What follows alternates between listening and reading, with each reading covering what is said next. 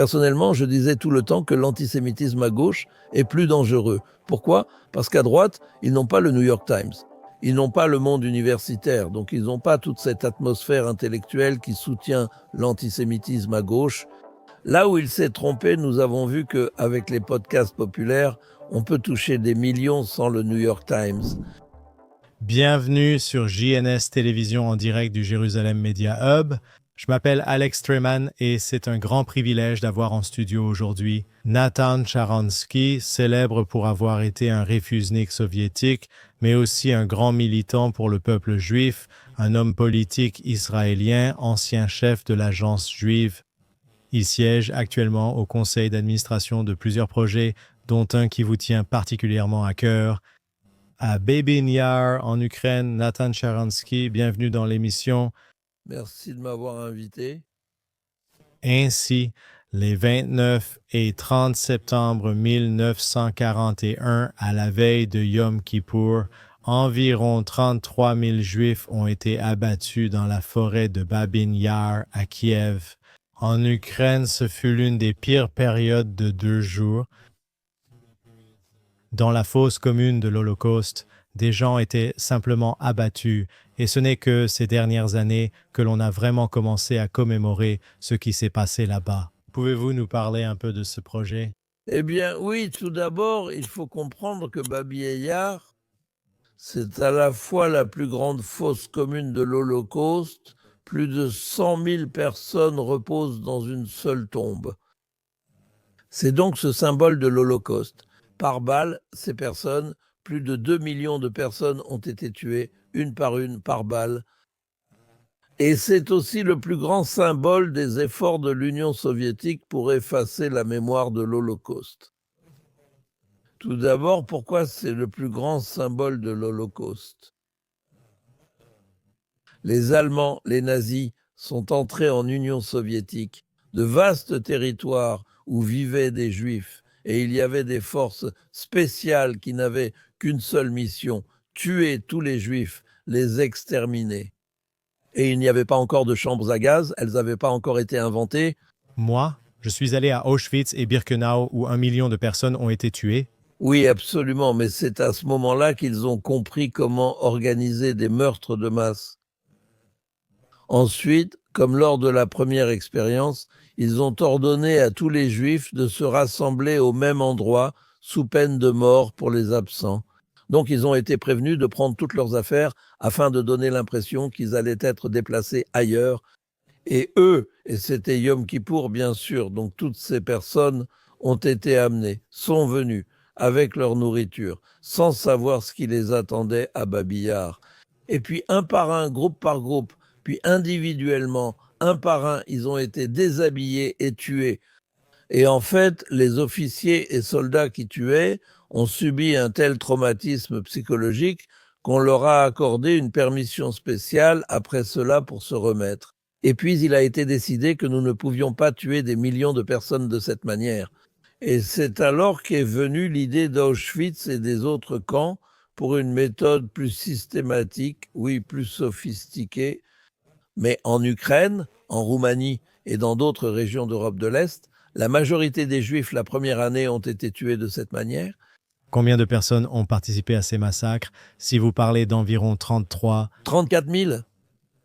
Il y avait une centaine de personnes qui les tuaient, donc ils travaillaient jour et nuit, 24 heures sur 24 à tuer. Et d'une manière très brutale, parce que les gens comprennent au dernier moment. Donc tu es vraiment sûr? Ce groupe de soldats doit pousser ces 25 personnes jusqu'à la planche, à l'endroit, puis les tuer.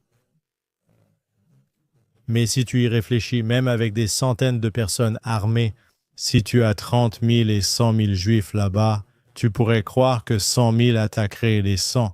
Non. Bien sûr, il devait y avoir de l'aide. C'est intéressant, pour tuer, ils utilisaient uniquement ces fossiles spéciaux de John. Ils ne comptaient sur personne, mais en réalité, ils ont dû recevoir beaucoup d'aide. Tout d'abord, de la part de ceux qui étaient responsables des immeubles, quel que soit le chef du conseil de la maison, ils devaient vérifier chaque appartement et s'assurer que les Juifs partaient.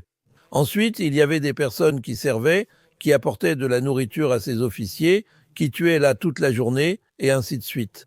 Donc bien sûr, il fallait avoir la coopération de centaines d'Ukrainiens ou de certains locaux. Oui, c'est intéressant. Un Sonderkommando spécial en était responsable. C'était leur mission, tuer les Juifs partout où ils allaient. Et on peut être surpris qu'après tout, il n'y avait peut-être que quelques milliers de personnes qui s'occupaient de ce défi de tuer des millions de gens.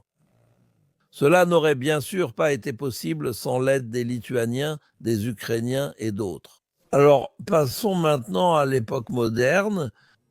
Pourquoi Baby Yar n'est-il pas devenu un symbole comme Auschwitz? N'est-ce pas? Vous avez dit que les Russes ont tenté de le cacher pendant des années. L'Union soviétique, au début, c'est étrange.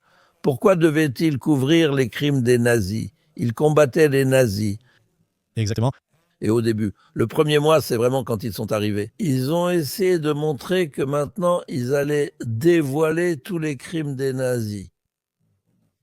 Mais le fait est que l'Union soviétique et Staline, personnellement, ils comprenaient que tout sentiment d'identité indépendante parmi n'importe quel groupe de personnes en Union soviétique représentait un défi pour le communisme, et surtout pour les juifs. Et donc, avec l'antisémitisme de Staline et l'objectif idéologique de priver les juifs de toute réalité forte, de toute identité forte, il a été décidé d'effacer la mémoire de la Shoah des livres et des esprits. Et donc, tout d'abord, ils ont essayé de transformer Baby Yar en le plus grand centre d'eaux usées de toutes les usines environnantes. Puis, quand cela a vraiment menacé la nature environnante, ils ont essayé d'en faire un grand stade, puis les eaux souterraines ont simplement coulé. Il y a eu une grande inondation, beaucoup de gens sont devenus des victimes, des citoyens locaux, puis ils l'ont transformé en grand parc sans rien mentionner. Et il faut comprendre, nous avons grandi. J'ai grandi en Union soviétique à Donetsk, qui est aujourd'hui le centre du conflit entre la Russie et l'Ukraine. Nous jouions près de ce qui est considéré comme la deuxième plus grande fosse commune de l'Holocauste. C'était comme une mine avec surf, oui, c'est profond, très profond. Comment dit-on shaft? Shaft, eh bien, Puis de mine. la mine n'était plus utilisée et des dizaines de milliers de personnes y ont été jetées ou tuées auparavant. Elles étaient non simplement jetées, parce qu'il y a quelques centaines de mètres de profondeur et les gens étaient tués. Donc c'est la deuxième plus grande fosse commune et je vis à 8 kilomètres de là et je n'en sais rien, rien du tout. Ils ne savaient pas ce qui se passait vraiment. Et donc, à partir des années 60, beaucoup de gens ont commencé à venir ici et ont insisté pour marquer cet endroit. C'était une vraie lutte. À plusieurs reprises, alors que j'étais militant juif à Moscou, nous avons tenté d'aller à l'anniversaire de Baby Yar, mais avons été arrêtés en route. C'est pourquoi, lorsque l'Ukraine est devenue indépendante et qu'elle était prête à donner à la communauté juive l'opportunité d'en faire un lieu de mémoire, nous avons aussi dû attendre d'avoir les moyens financiers. Eh bien, qu'est-ce qui a provoqué ce changement?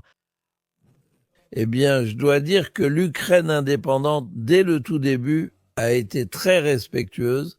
En fait, malgré tous les problèmes, elle est vraiment devenue une république démocratique, avec des élections libres, malgré beaucoup de problèmes de corruption et d'autres difficultés. Mais en termes de démocratie, elle est devenue très forte, défenseur des droits des individus et des droits des minorités.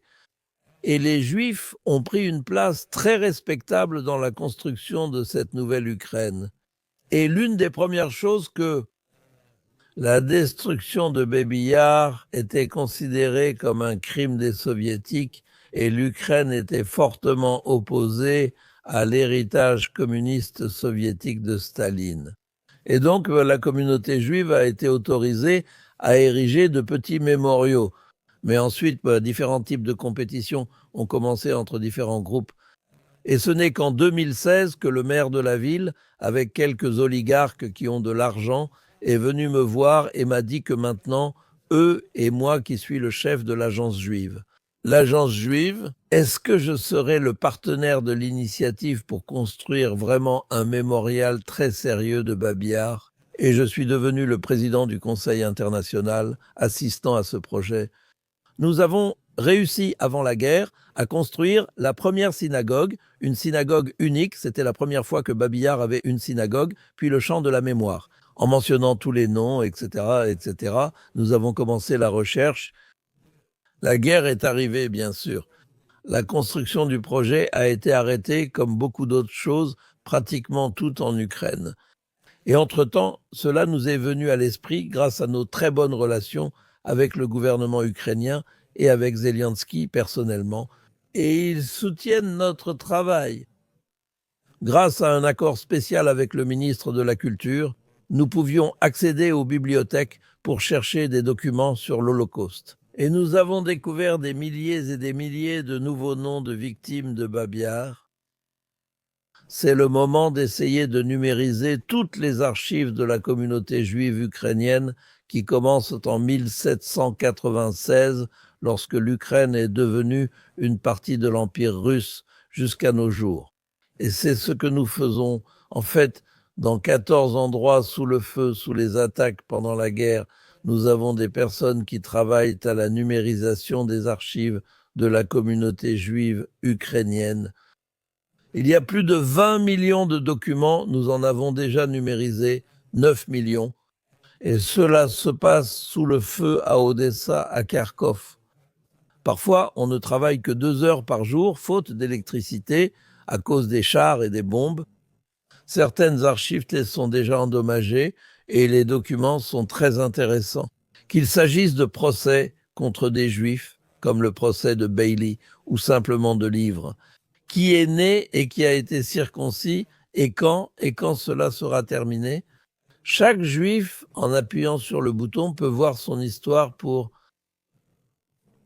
des siècles, et la plupart ne le peuvent pas. Les juifs, d'une certaine manière, ont leurs racines en Ukraine. Mais au final, c'est aussi une question de temps et d'argent. Et sur les 3 millions de ce projet, j'en ai déjà récolté la moitié. Et chaque fois que nous récoltons 100 000 de plus, il y a un autre endroit où nous pouvons commencer à travailler.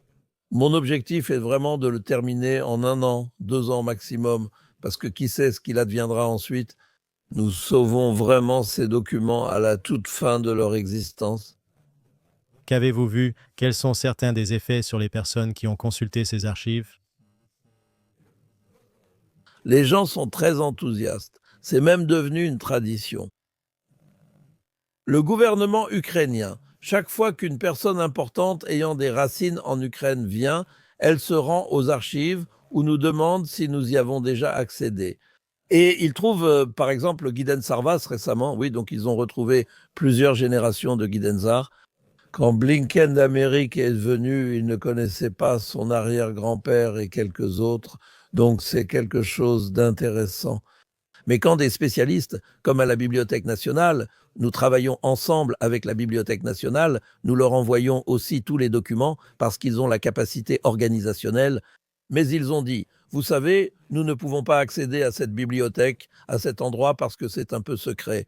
Pouvez-vous l'obtenir pour nous?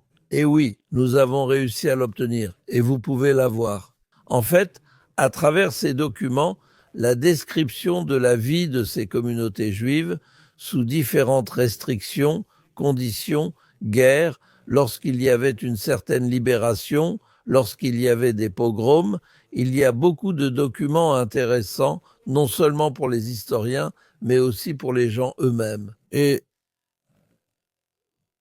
ou ailleurs, et quand pourrions-nous obtenir l'histoire de toute la communauté juive de centaines de milliers, voire de millions de personnes sur 200 ans, et de la mettre sur les ordinateurs. Donc c'est vraiment absolument unique.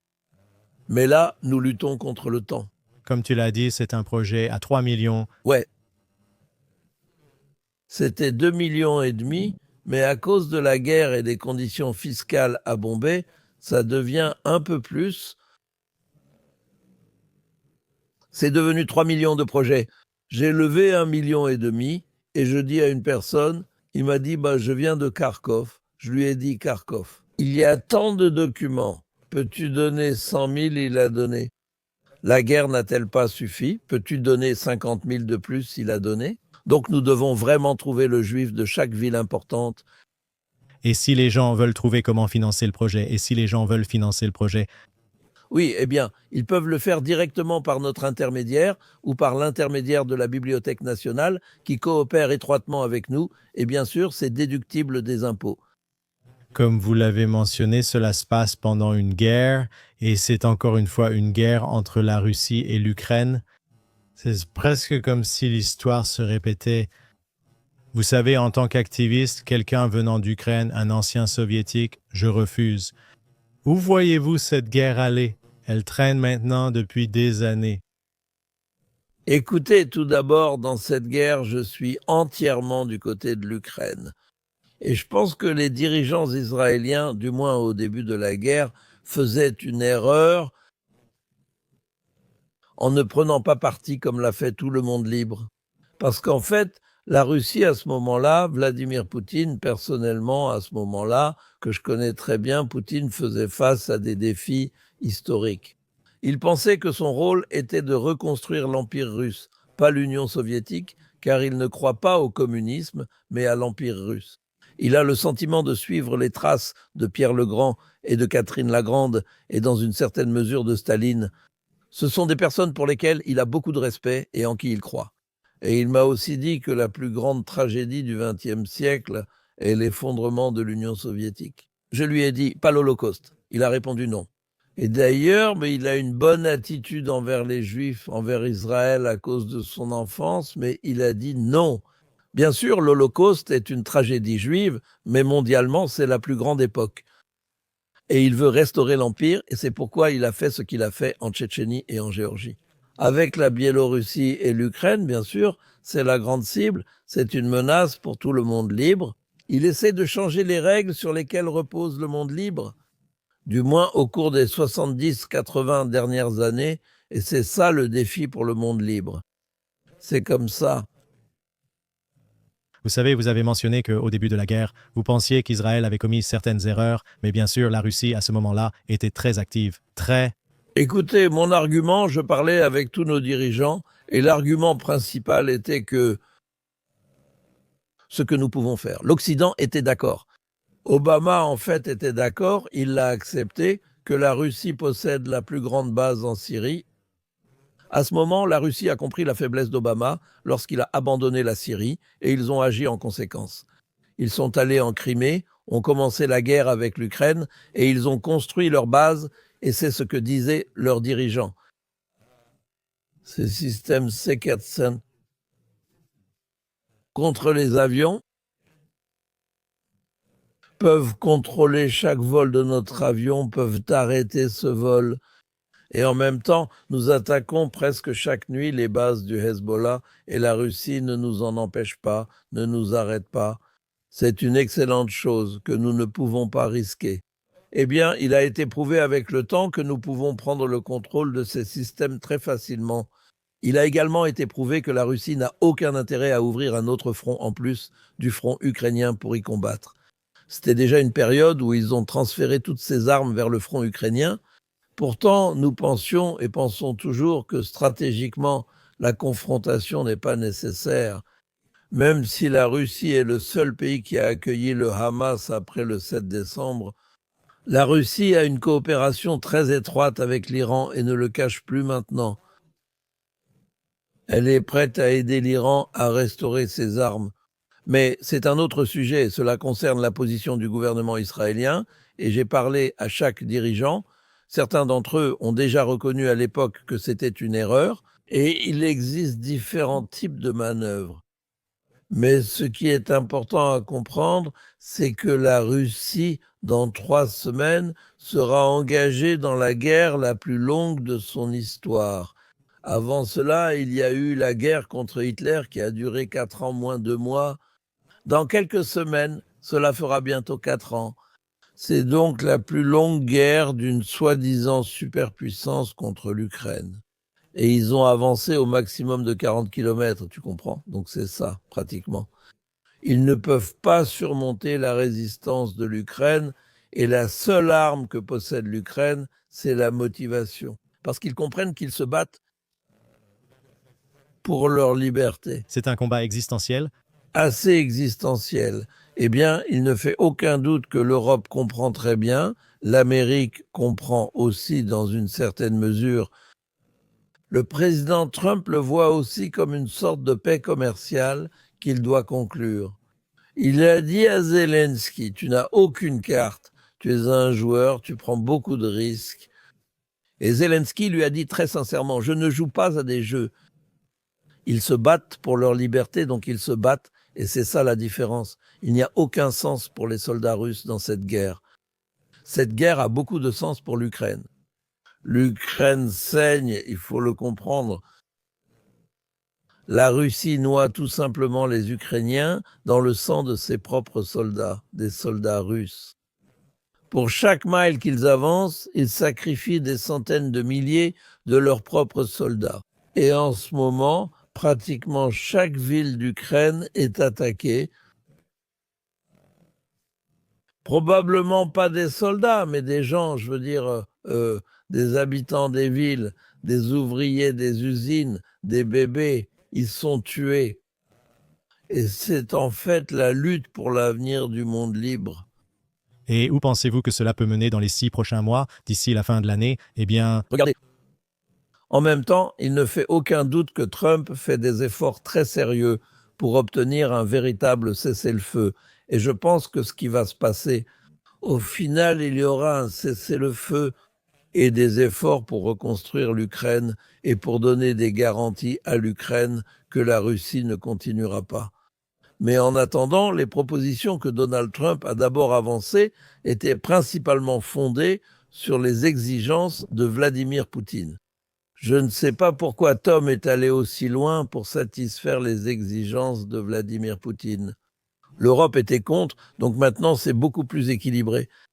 Donc l'Europe et Donald Trump négocient avec Volodymyr Zelensky et un peu avec Vladimir Poutine et essaient de trouver un cessez-le-feu. Je pense qu'à la fin, il y aura un cessez-le-feu. Et si l'Ukraine obtient de très fortes garanties que Vladimir Poutine ne pourra pas continuer et qu'entre-temps, elle sera restaurée.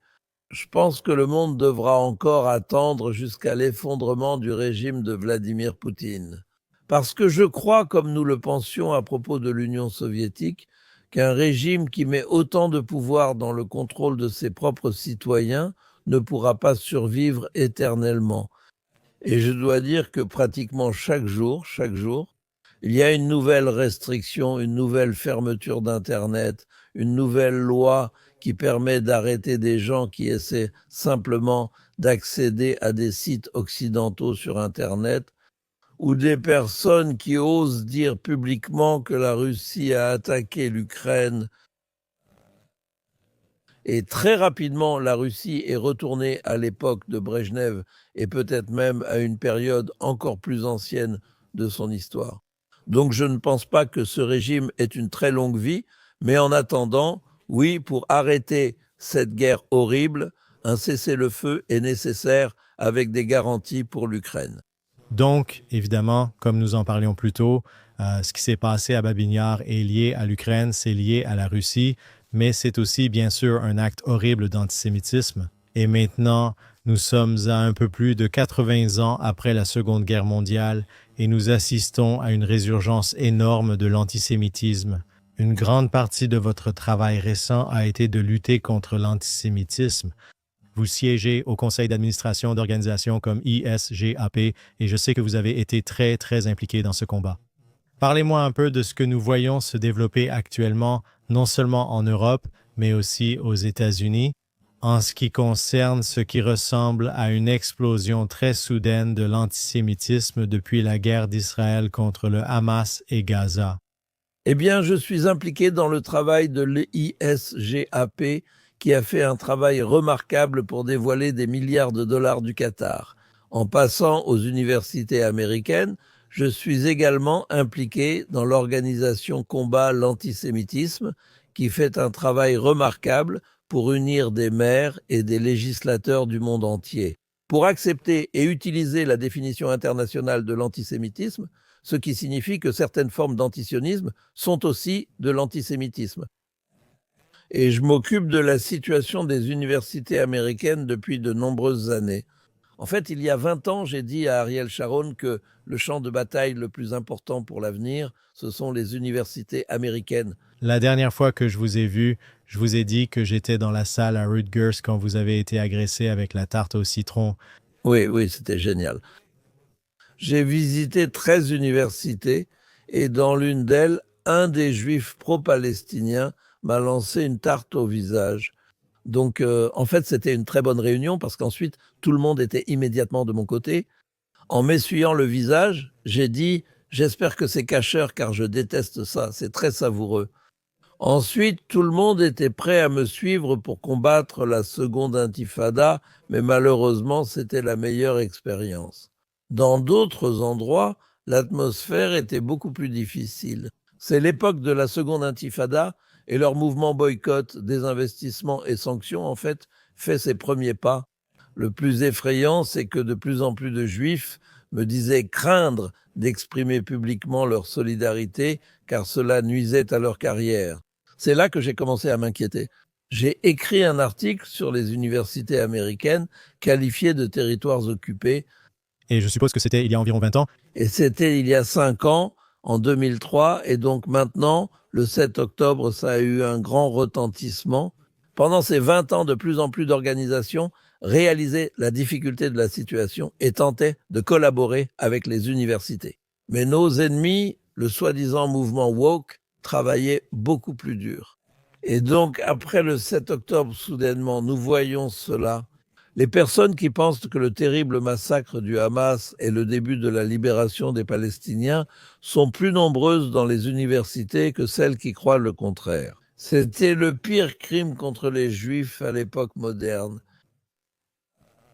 Ici, l'essentiel est de savoir si les Juifs sont prêts à s'exprimer haut et fort.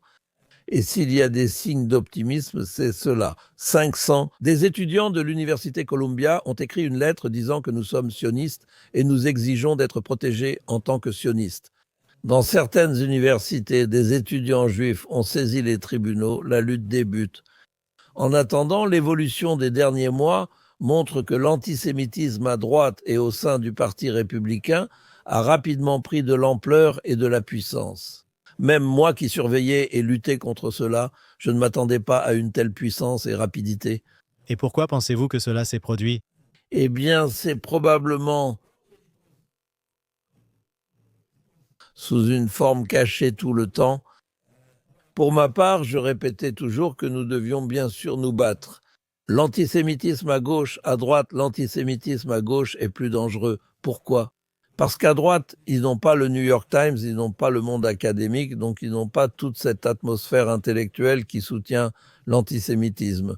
À gauche, où était l'erreur ? Aujourd'hui, grâce aux podcasts populaires, on peut atteindre des millions de personnes sans le New York Times. Et soudain, toutes ces théories du complot sur les Juifs et Israël à gauche deviennent naturelles. Elles font partie de la droite. Mais la semaine dernière, il s'est produit un événement décisif. Parce que tout le temps, je disais que cela ne devrait pas être un combat politique. Les gens de gauche devraient combattre l'antisémitisme à gauche et à droite, l'antisémitisme à droite. Mais ça ne se passe pas comme ça. Les gens de gauche combattent l'antisémitisme à droite et vice-versa. Et ici, cela devient simplement une lutte politique. Ben Shapira, l'une des voix les plus fortes du mouvement conservateur lors de la conférence, point tournant en mémoire de Charlie Kirk, qui a été tué d'une manière horrible. Où toute cette conférence, tous les dirigeants du mouvement conservateur sont-ils présents ? Et il a commencé la conférence en attaquant l'antisémitisme à droite, en disant que beaucoup de ses collègues trahissent les principes américains et bien sûr soutiennent l'antisémitisme. Ce qui était une démarche très courageuse, parce qu'il découvrira probablement que l'annulation à droite peut aussi exister, pas seulement l'annulation à gauche. Mais maintenant, il nous faut quelqu'un à gauche. Certaines de ces voix progressistes et éveillées vont s'élever et prendre la parole. Que l'antisémitisme à gauche est anti-américain et va à l'encontre des intérêts de la gauche, alors nous aurons vraiment une occasion unique de vaincre l'antisémitisme. Donc vraiment, ce que Ben Shapiro a fait peut devenir un tournant. J'espère percevoir un peu d'optimisme dans votre voix sur la lutte contre l'antisémitisme. Plus nous nous organisons et investissons de l'argent dans la lutte contre l'antisémitisme, en particulier aux États-Unis, plus nous constatons en réalité une relation inverse avec une augmentation de l'antisémitisme. Et nous pensions, peut-être juste avant la guerre, que nous étions très en sécurité du bon côté du spectre politique. Et nous avions déjà perdu la gauche, et maintenant nous voyons que nous perdons très rapidement la droite. Ainsi que celui qui a affaire à l'antisémitisme toute ma vie, avec tous les types d'antisémitisme, je dirais qu'il n'y a aucun moyen que l'antisémitisme n'existe pas sous une autre forme dans n'importe quelle société. L'antisémitisme est la plus ancienne des haines, qui est probablement une partie nécessaire de la civilisation.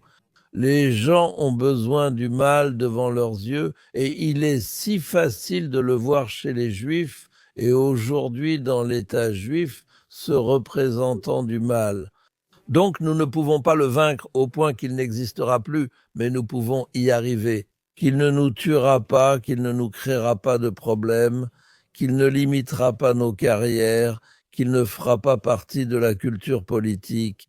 C'est un objectif atteignable et parfois il est atteint, mais c'est un cercle permanent. Les Américains pensaient avoir dépassé l'antisémitisme. Et puis, ils ont découvert au cours des 20 dernières années que cela pouvait venir de la gauche, et l'année dernière, ils ont découvert que cela pouvait aussi venir de la droite. Et que les théories du complot de la gauche et de la droite alimentent le terrorisme islamique, donc il faut les combattre. Deuxième chose, pour être vaincus, les Juifs ne doivent pas avoir peur d'en parler publiquement. Et comme je le disais toujours à nos shlichim sur les campus, c'est le programme que j'ai lancé comme chef de l'agence juive. Je disais aussi, votre objectif n'est pas de convaincre les Juifs non convaincus que nous ne sommes pas coupables. Votre objectif est de convaincre les Juifs qu'il n'y a rien de mauvais dans leur lien avec les Juifs et Israël. Il y a beaucoup de bonnes choses. Soyez fiers d'appartenir au peuple juif et à Israël. Et c'est la condition nécessaire pour minimiser la menace de l'antisémitisme. Vous parlez de l'événement décisif qui a été l'événement décisif. Cela peut aussi arriver aux États-Unis. Oui. Je pense que nous avons aussi assisté à un événement décisif en Australie, à Bondi Beach la semaine dernière. Je viens de parler avec l'une des familles qui ont perdu leur père. D'ailleurs, la plupart des victimes viennent de la communauté juive russophone, car c'était simplement la synagogue qui organisait des événements là-bas. Mais ils ressentent très fortement qu'ils ont été trahis par le gouvernement australien. Ils sont également critiques envers Israël. Ils me disaient qu'Israël a gagné de nombreuses guerres, mais est-ce qu'Israël a vraiment mené une guerre de l'information ? Je pense que cette terrible tragédie, qui a sans aucun doute été alimentée par la faiblesse des dirigeants occidentaux qui refusent de reconnaître le pouvoir meurtrier de l'antisémitisme. Mais je pense que pour la communauté juive australienne, c'est un vrai tournant. Ils disent vraiment que désormais, nous n'aurons plus peur de nous exprimer contre notre propre gouvernement. Comme l'a dit l'un d'eux, maintenant, nous n'allons pas cacher notre judaïté, nous allons nous battre ouvertement. Eh bien, c'est tragique que nous ayons besoin de tournants aussi sanglants. Mais il est très important maintenant de reconnaître qu'on ne peut pas apaiser l'antisémitisme et qu'on ne peut pas non plus l'éliminer. Il faut combattre l'antisémitisme et lui enlever son pouvoir meurtrier. En tant qu'ancien chef de l'agence juive qui est responsable de l'intégration des Juifs du monde entier en Israël, entendez-vous des communautés de la diaspora? De plus en plus de personnes disent « Regardez, le seul endroit où les Juifs peuvent vraiment se défendre, c'est l'État d'Israël » et manifestent leur volonté de venir ici. Écoutez, il y a une vision très simpliste de la situation historiquement concernant l'Aliyah On croit parfois que l'antisémitisme favorise le sionisme, car plus il augmente, plus les gens viendraient vite en Israël. C'est une erreur. J'ai toujours tenté de l'expliquer. En fait, j'ai changé l'approche de beaucoup de personnes à l'agence juive sur cette question. Je disais que l'antisémitisme, pour chaque juif qui, à cause de l'antisémitisme, vient ici, il y a 2 juifs qui décident de s'assimiler plus rapidement. Donc l'alia doit être basée sur le sentiment de ton identité, sur le fait que tu te sens proche, tellement connecté à ton histoire, à ton peuple, à ta foi, et que tu en prends conscience. Le meilleur endroit où tu peux vivre librement et en même temps rester connecté à ton identité, c'est Israël. Il ne fait aucun doute que cela se produit. Tu demandes s'il y a plus de gens qui font leur alia. Pas encore, mais l'intérêt pour l'alia a beaucoup augmenté. Oui, il y a bien plus de dossiers ouverts, ce n'est pas personnel, cela créera un menteur. Il doit aller à l'agence juive représentative et commencer la procédure. Donc il y a beaucoup plus de débuts. Je ne le vois pas pour le moment, franchement, je ne le vois pas. Dans les chiffres des Aliyah d'Amérique, nous avions environ 3600 limas par an, entre 3500 et 4000 au cours des 25 dernières années. Et en attendant, je ne vois pas d'augmentation spectaculaire, mais les sentiments des Juifs américains, ils sont de moins en moins attachés à l'Amérique. Ce n'est plus la Médina dorée qu'ils recherchaient auparavant. Et de plus en plus, ils pensent sérieusement à faire leur alia, ou à acheter des appartements ici, ou à passer ici pour leurs études. Ces chiffres augmentent constamment maintenant. Vous avez aussi été un homme politique israélien, vous avez été le fondateur du parti Israël Ba'aliyah, vous avez été ministre au gouvernement, je crois, sous le premier ministre Sharon. Quelle est votre vision de l'avenir d'Israël? Sommes-nous sortis de cette guerre? Est-ce terminé? Quels aspects positifs en retenez-vous? Où voyez-vous Israël dans 5 à 10 ans? Écoutez, ce n'est pas vraiment le cas. J'ai passé 9 ans en prison, 9 ans au gouvernement israélien et 9 ans à l'agence juive.